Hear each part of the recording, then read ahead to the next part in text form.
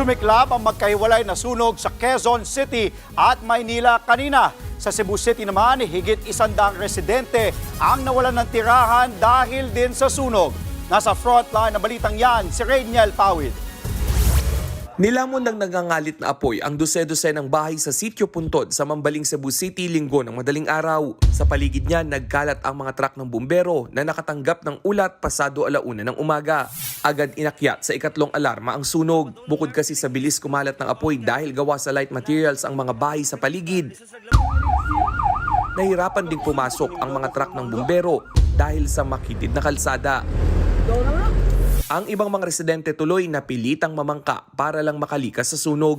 Inabot ng 2 oras bago ito tuluyang naapula. Nasa 128 pamilya o higit 500 individual ang nawalan ng tirahan at pinatuloy muna sa mga evacuation center. Lagpas 100 bahay kasi ang natupok. Inaalam pa ang mitya ng apoy.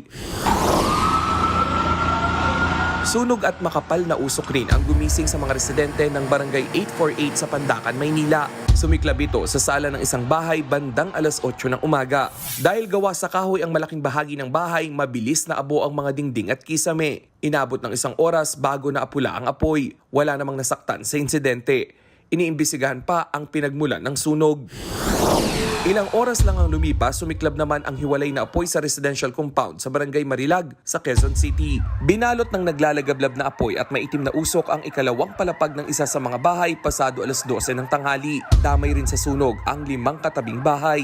Kalahating oras ang inabot bago nagdeklara ng fire out. Wala namang nasaktan na residente pero inaalam na ng mga otoridad kung ano ang mitya ng apoy. Nagbabalita mula sa frontline, Rainiel Pawid, News 5. Mga kapatid, Andre Felix po. Iba na ang may alam at may pakialam sa panahon ngayon.